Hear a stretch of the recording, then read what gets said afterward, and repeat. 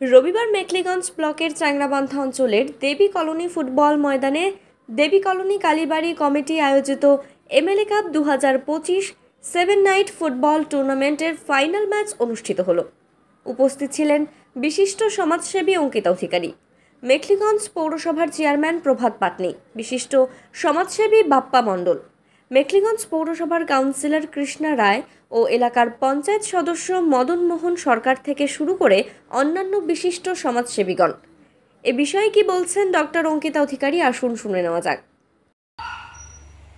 আজ আমাদের মেখলিগঞ্জ ব্লকের চাংরাবান্ধা অঞ্চলে দেবী কলোনি ফুটবল ময়দানে দেবী কলোনি কালী পূজা কমিটি আয়োজিত যে ফুটবল টুর্নামেন্ট, যে 7 নাইট ফুটবল টুর্নামেন্টের আজকে ফাইনাল ম্যাচ, এবং আমরা অত্যন্ত আনন্দিত যে আজকে, এবং আবহাওয়াও আজকে বলতে গেলে সকাল থেকে খুব সুন্দর আবহাওয়া এবং বিপুল দর্শক সমাগম আজকে, এবং আমরা সকলেই অত্যন্ত খুশি হয়েছি যে সকল ক্রীড়াপ্রেমী মানুষরাই আজকে শুধুমাত্র মেখলিগঞ্জ শহর থেকেও অনেকেই আজকে খেলা দেখতে উপস্থিত হয়েছিলেন দেবী কলোনি ফুটবল ময়দানে।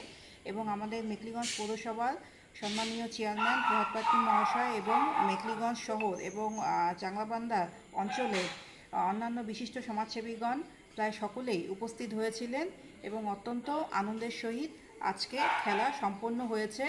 এবং পুলিশ প্রশাসনকে অসংখ্য ধন্যবাদ জানাই আমাদের সবসময় সহযোগিতার হাত বাড়িয়ে দেওয়ার জন্য, এবং প্রথম দিন থেকে উদ্বোধনী থেকে আরম্ভ করে আজকে ফাইনালে যে সুন্দরভাবে আপনারা সহযোগিতার হাত বাড়িয়ে দিয়েছেন, এবং দর্শক আসনে যারা রয়েছিলেন তারাও সুশৃঙ্খল এবং সংঘবদ্ধভাবে খেলোয়াড়দের মন জয় করেছেন। এবং প্রত্যেক টিমকে অনেক শুভেচ্ছা এবং আগামী দিনের জন্য অনেক অভিনন্দন জানাই।